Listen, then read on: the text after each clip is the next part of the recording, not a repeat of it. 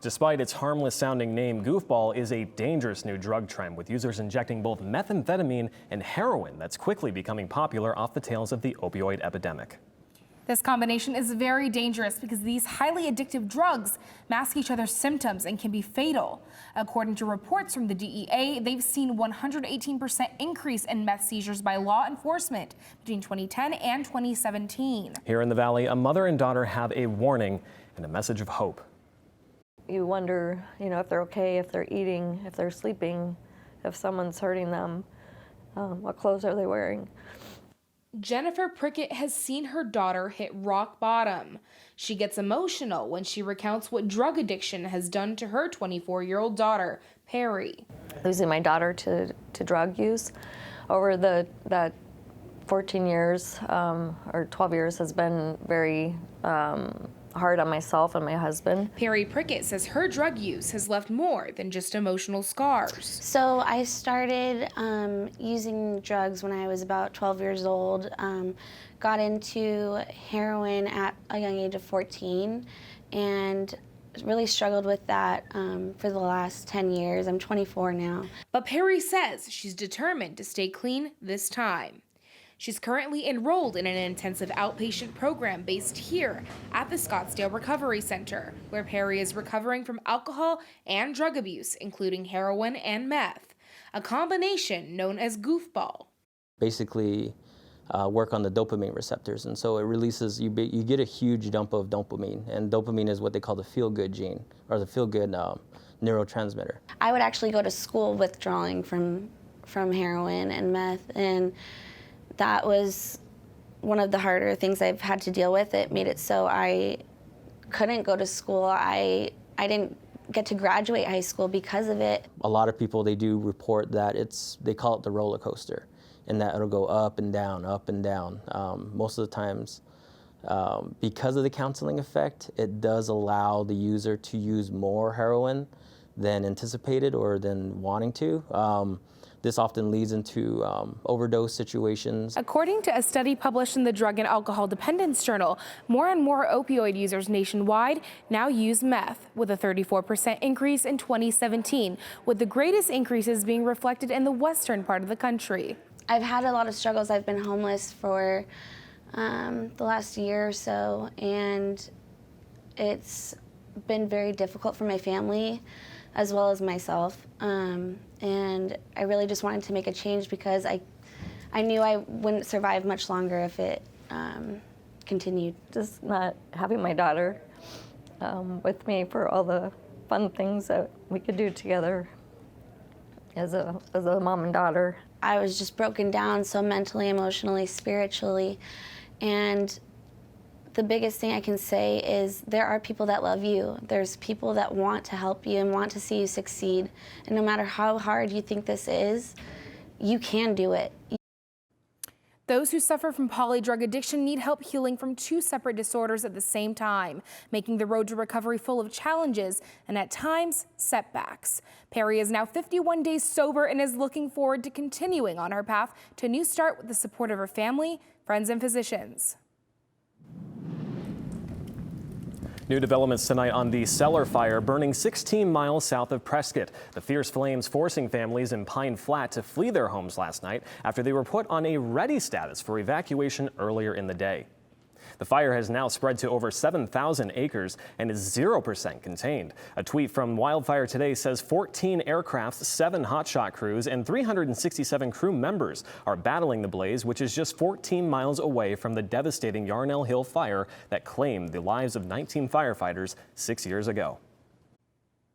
Drones made big contributions to fighting the enormous Woodbury fire, which was the 5th largest wildfire in Arizona history. But what do drones actually do to help fight fires? They can't douse flames, but they can help analyze the risk of the fire, quickly identify hot spots, and they can start fires. Wildland firefighters often start backburns to reduce brush that could fuel an oncoming blaze. Now, this new technology is changing the way crews approach wildfires, especially here in Arizona. Whether it's from wildfire smoke, monsoon dust, or air pollution caused by cars, it can be difficult for people to breathe easily during the summertime. This is a time-lapse video we took of downtown Phoenix earlier today. While there's no health advisories in effect right now, the Arizona Department of Environmental Quality has issued 7 already this month. They say during those days, you should limit outdoor activity, especially children and adults with respiratory problems. So the pollution in the air can affect your lungs and your airways in multiple ways. So it can cause essentially a contraction of those airways and cause difficulty breathing because your lungs are not functioning as well as they used to. Healthcare officials also warn monsoon dust can increase people's chances of contracting valley fever, which is an easily misdiagnosed fungal infection found in Arizona and California. Ryan? So we're looking for another hot day tomorrow. It's going to be 105 in Phoenix. It's going to hit 110 up in Bullhead City and 85 in Grand Canyon. So that looks like the best place in the Grand Canyon state for the weekend. Around here in the Valley of the Sun, it's going to be 105 and it's going to be upwards to 108. Cave Creek's going to be our low with 103, but it's going to be very sunny out there. So make sure you bring a lot of water when you go out hiking. For the rest of the week, it's going to get a little bit hotter and a little bit muggier. Starting Sunday, we're going to get more humidity coming into the valley. And then on Wednesday, we have a 40% warning of a thunderstorm happening later in the night. So be on the lookout for that. And then our high of the week will be Friday at 112. Live from the Weather Center, I'm Ryan Sundin. One small step for man, one giant leap for mankind. Tomorrow marks 50 years since the Apollo 11 mission successfully put the first man on the moon. The event remains one of the most iconic in modern American history. In celebration, the Smithsonian Institution created a unique way to honor Neil Armstrong's historic footsteps. Julian Peras has more from our Washington bureau. For the 50th anniversary of the moon landing, the Smithsonian Institution wanted to recreate that sense of awe people felt back then. And what could be more awe-inspiring than a life-size rocket on National Mall? It's not a real rocket, but since Tuesday, the 50th anniversary of the Apollo 11 liftoff, the National Air and Space Museum has been projecting a Saturn V rocket, all 363 feet of it, on the Washington Monument. Here down with my family, enjoying this piece of iconic American history, projected onto the Washington Monument. What could be better than that? The display is the first part of a 3-day festival that is taking up nearly all of the National Mall, from 4th Street all the way to the monument, and will continue until tomorrow, the anniversary of the lunar landing. What we wanted to do was really create an experience for folks. We wanted to give them the same kind of feeling of awe and inspiration and community that people felt 50 years ago when they watched Neil Armstrong take those first steps on the moon. Massive screens are already in place to show historic clips of the moon landing. Visitors will also see a recreation of the iconic Cape Kennedy countdown clock. And even the image of the rocket is made to look as if pre-launch mist is rising off of it. One visitor who saw the Apollo 8 liftoff was impressed. But one thing you don't get from most news clips is how loud that thing was and how bright it was when it took off. So I think it's going to be pretty cool. But the 50th annual display is still having an effect on people who see it. It's a lot of pride in being an American for the fact of what we can do as a country. And this is just a representation of what we can do when we come together. Moyer said this is one of the biggest events the National Air and Space Museum has done in recent memory. And it continues through tomorrow's 50th anniversary of the moon landing. On the National Mall, Julian Paras, Cronkite News. The light show is just part of the celebration at the Smithsonian. This week, it unveiled a restored version of the spacesuit that astronaut Neil Armstrong wore for the first walk on the moon. That suit has undergone 13 years of restoration and is now on display at the National Air and Space Museum, right next to a replica of the Wright brothers' 1903 flyer. Former U.S. Supreme Court Justice Sandra Day O'Connor's 1950s Adobe home in Metro Phoenix is being listed on the National Register of Historic Places. Today, the National Park Service approved the nomination, describing the house as being on the nation's list of properties considered worthy of preservation. The home was originally in Paradise Valley, but moved to Tempe in 2009. O'Connor lived in the home from 1958 until 1981, when she joined the High Court. Ability 360 in Phoenix recently hosted what's believed to be the only stand-up amputee basketball tournament in the nation. But as our Ethan Schmidt explains, this event was a whole lot more than a trophy. Motivate, educate, and inspire. This is the motto of Phoenix-based AMP1 basketball, created for people with amputations who want to be a part of a competitive sport. AMP1 player and coach Nick Pryor adjusted to life as an amputee after losing the bottom half of his right leg in a firearm accident when he was very young. I was lucky enough to be, 4 years old when it happened, and when you're that age, you kind of take up and keep running with it, and I've never, it's never stopped me whatsoever. Pryor said he started playing organized basketball as an amputee when he was 6 years old. Now he's striving to grow the game of stand-up amputee basketball. It allows those with upper or lower extremity disabilities to compete with the team. Wheelchair basketball, only lower body disabilities can play, so it kind of excludes those people with upper extremity disabilities, but for this, it includes everybody. It's the perfect team game. But at the same time, there are so many one-on-one aspects that you can challenge yourself individually. We're cut from the same cloth. We have the same vision as far as not only where our lives have brought us, but also where we want our lives to go. AMP1 takes the court right here at Ability 360 in Phoenix. These guys compete at a very high level, and basketball allows them to display their athleticism, passion, and purpose. A lot of us have been playing basketball our whole lives compared to people that are very new to the game. But for us, it's not about the trophy. It's about trying to expand this game and get as many people here. And we want to find the best competition. We want to be pushed to our limits too. Nick, along with the help of others, has put on America's only stand-up amputee basketball tournament at Ability 360 for 5 years and counting. This year's tournament had participants from 9 different states, including 6 players representing AMP1. It's very interesting how we can make that work. It's with all the time differences, with from coast to coast, we got players on our team, and it's, social media is a big help to us to kind of keep each other accountable. But going forward, the biggest goal for AMP1 is getting stand-up amputee basketball into the Paralympic Games. I think this tournament can be looked at being the only one of its kind in the country to kind of, propel that into the talk to be a Paralympic sport. While Pryor and AMP1 hope to see 3-on-3 stand-up amputee basketball in future Paralympic Games, 3-on-3 basketball will make its debut at the 2020 Summer Olympics in Tokyo. In Phoenix, Ethan Schmidt, Cronkite News. The Cactus Classic, which Nick Pryor's AMP1 team won just last weekend, is set to return to Ability 360 next summer. Ability 360 is one of only 3 facilities across the country explicitly designed for people with disabilities to participate in sports and fitness. Coming up on Cronkite News, a look back at this week's top stories, including the sentencing of Mexican drug lord Joaquin El Chapo Guzman. Will his incarceration even impact the Arizona drug trade? Apparently, the subtropical jet stream has taken a really long time to migrate to the north. And while the clouds have certainly taken over the valley today, earlier in the week, the lack of rain and had many calling the monsoon the non-soon. That story and more after the break.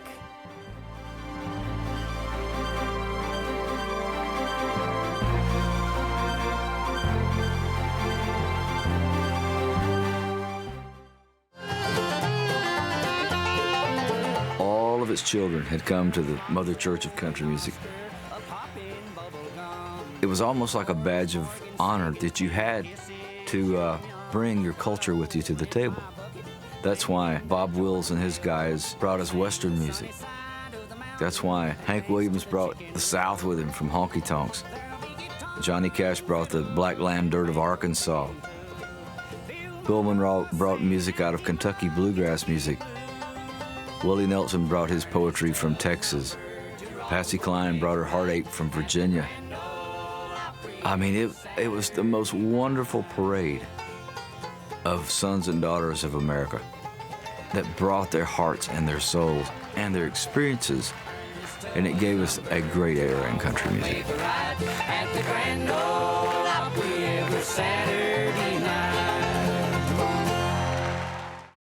Welcome back to Cronkite News in Review. Tonight, we're highlighting some of the top stories of the week. We begin with President Trump's tweets that caused so much outrage over the weekend. The tweets were directed at 4 freshman congresswomen, all women of color. 3 were born in the U.S. and all are American citizens. In his tweet, Trump suggested the congresswomen should, quote, go back and help fix the totally broken and crime-infested places from which they came. Cronkite News reporter Julian Paras caught up with Arizona lawmakers in D.C. to get their reaction. The go-home tweets targeted 4 Democratic women of color, 3 of whom were born in the U.S., and one who became a citizen after fleeing Somalia as a child. While Democrats quickly blasted the tweets as racist, Republicans have been mostly silent. That could change tonight when the House takes on a resolution regarding the president's remarks. There's little question how Democrats like Arizona Congresswoman Ann Kirkpatrick will vote. He shouldn't be attacking members of Congress who are simply doing their job, asking for oversight and accountability and transparency. He's just trying to create a distraction. Republicans pushed back against the resolution, which said the president's racist comments legitimized an increased fear of new Americans and people of color. Those comments came in a tweet Sunday when Trump said progressive Democratic congresswomen who criticized the U.S. should go back to the countries they came from. Trump didn't name names, but was clearly referring to Representatives Alexandria Ocasio-Cortez, Ilhan Omar, Ayanna Pressley, and Rashida Tlaib. The 4 have called for Trump's impeachment before and repeated those calls yesterday. So we can either continue to enable this president and report on the bile of garbage that comes out of his mouth, or we can hold him accountable to his crimes. Trump has not backed down, but instead doubled down, saying yesterday that if people aren't happy in the United States, they can leave. If you're not happy here, then you can leave. As far as I'm concerned, if you hate our country, if you're not happy here, you can leave. And that's what I say all the time. That's what I said in a tweet, which I guess some people think is controversial. A lot of people love it, by the way. And a lot of people didn't. We can't allow that. And we have to call him out on that. We have to call his administration out on it. And we have to, all those members of Congress that are silent on this issue need to speak up or continue to be silent and continue to be irrelevant. The resolution does not carry the weight of law, but merely puts Congress on record as saying comments like the president's do not belong in the U.S. He's decided to attack my colleagues who are wonderful young women of color that make our caucus very, very diverse. And he's just doing it to distract from the job that he's not doing as president. Hours of debate this afternoon, the House has just started voting on the resolution. And so far, it's straight party line vote. Be sure to check out cronkitenews.azpbs.org for more. In Washington, Julian Paras, Cronkite News. The House of Representatives voted Wednesday night to table an impeachment resolution against President Trump. 95 Democrats voted to proceed on impeachment, while 332 House members voted against it. Among the opponents were 137 Democrats, including Ruben Gallego and Greg Stanton from Arizona, both of whom have previously called for Trump's impeachment. I want to thank those Democrats because many of them voted for us. The vote was a totally lopsided 332 to 95 to 1. But a vote against the resolution may not be the same as a vote for Trump. We were not able to get a comment from Stanton yesterday, but Gallego's office said the Phoenix Democrat still believes in impeachment. He just thinks yesterday's resolution was not the right vehicle for it.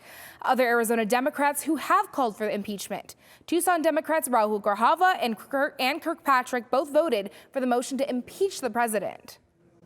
So we wanted to hear from you. We asked, do you feel like Arizona lawmakers accurately represented their constituents? Why or why not? Keith wrote, as a constituent of Ruben Gallego, I agree with his position and that of Greg Stanton, that the House should immediately open an impeachment inquiry. Jumping right to a vote without actually gathering the evidence and educating the American people would be a mistake. Another Cronkite News viewer said they did not represent him by voting no. And JLS tweeted, yes, because impeachment is a waste of time. It won't pass in the Senate. Mitch won't even allow a vote. I want Donald out of office. We'll have to do it the old-fashioned way through voting and allow the courts to charge him in January 2021. It's not too late to join the conversation. Just go to our Cronkite News Twitter feed and chime in. It's been a busy week in news. Wednesday was also sentencing day for drug lord Joaquin El Chapo Guzman. The man who twice escaped from Mexican prisons will now spend the rest of his life behind bars at a Supermax facility in the United States. Marcela Bayedo spoke with local defense attorneys about the Chapo's footprints here in Arizona. As El Chapo's sentencing wrapped up in New York, here in Arizona, legal experts mentioned that the drug trade that passes through Arizona is much bigger than just one man. This sketch shows the moment the infamous Chapo Guzman learned today he'll be spending the rest of his life in prison, plus an additional 30 years behind bars and the ordered repayment of over $12.5 billion in drug money. A lot of that coming from drugs smuggled through southern Arizona. There's a definite connection to federal criminal law violations alleged to have been committed here in the state of Arizona under federal law. El Chapo, whose real name is Joaquin Guzman Loera, was convicted in February after a 3-month trial. The charges included narcotics trafficking, using a firearm for drug crimes, and participating in a money laundering conspiracy. Authorities say El Chapo is responsible for countless deaths and the trafficking of incalculable tons of drugs as head of the feared Sinaloa cartel. Tucson-based criminal defense attorney Stephen G. Rawls represented the Chapo's brother in another drug case. Whether or not Chapo received a fair trial will be determined or assessed at the next level, which will be the Court of Appeal. Outside the Brooklyn courthouse today, attorneys from both sides spoke about the sentencing. Today brings a measure of justice for the American people. It brings a measure of justice for the country of Mexico, whose institutions were corrupted for decades by Mr. Guzman and the Sinaloa cartel. You're never going to remove the stink from this verdict due to the failure to order a hearing on the misconduct of the jury in this case. According to the U.S. Treasury Department, as of 2013, the Tucson and Phoenix areas are major shipment and distribution points for the Sinaloa cartel in the United States. And even as El Chapo will now spend the rest of his life behind bars, legal experts say not much will change in the Arizona drug trade. But the reality is in that type of business, once the main person is gone, there's dozens of people waiting to take his place. There's still no official word on exactly where El Chapo would be serving his sentence, but these legal experts did mention that most likely it will not be here in Arizona. At the digital desk, Marcela Bayedo, Cronkite News. Right now, active duty troops on the southern Mexico border are carrying out welfare checks on detained migrants. We first reported this yesterday. The welfare checks are primarily happening at stations in Texas and Arizona. 2 U.S. defense officials told CNN the troops are periodically monitoring migrant well-being and reporting suspicious violent or medically related unresponsive behavior. The new welfare role marks a departure from their original mission on the border. When troops first deployed, Pentagon officials stressed military personnel would not be in direct contact with migrants. Our final big story from this week, the monsoon. Even though the Arizona monsoon begins in June every year and lasts through September, we still haven't seen any serious storms strike. So some are calling it the non-soon. And like many of you, we wanted to know, where is the rain? So Cronkite News reporter Tanaya Williamson decided to find out.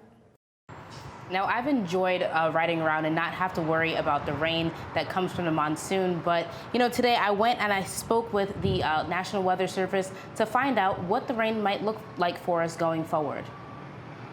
Arizona is known for having a dry heat. It's also known for its monsoons that around this time of year would usually be in abundance. But we haven't seen too many this year so far. Why is that? Well, to make a long story short, it's been too dry. James Sawtell is a meteorologist at the National Weather Service in Phoenix. Apparently, the subtropical jet stream has taken a really long time to migrate to the north. So the result is we've had a lot of recurring dry westerly to southwesterly flow. No monsoons at this point means a shortage of the rain we'd usually see this time of year. 30% of our annual rainfall falls during the monsoon season. Monsoon season starts in June and ends in September.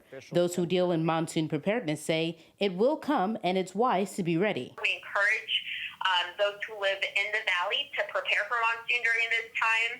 It is going to be here soon, so as we wait for it, we are encouraging folks to prepare a go kit with really everything that you think you would need, like a flashlight, water, batteries, to really make sure that you have what you need throughout a potential outage during a storm. It is good to be safe and prepared. According to the National Weather Service, we could see a high of 115 degrees today. And if we do, that'll be the hottest day of the year so far. Reporting live in Phoenix, Tanai Williamson, Cronkite News. You can share these Cronkite News and Review stories with your friends and family by going to our website. Cronkite News is proud to be the news division of Arizona PBS. Here's what's coming up on Arizona Horizon and PBS NewsHour. On the next Arizona Horizon, it's the Journalists Roundtable. We'll talk about a reaction from Arizona's congressional delegation to the president's attacks on Democratic House members. And a move to designate Tucson as a sanctuary city makes it to the November ballot. I'm Judy Woodruff. On the next NewsHour, I sit down with Iran's foreign minister as tensions with the U.S. escalate. That's Friday on the PBS NewsHour.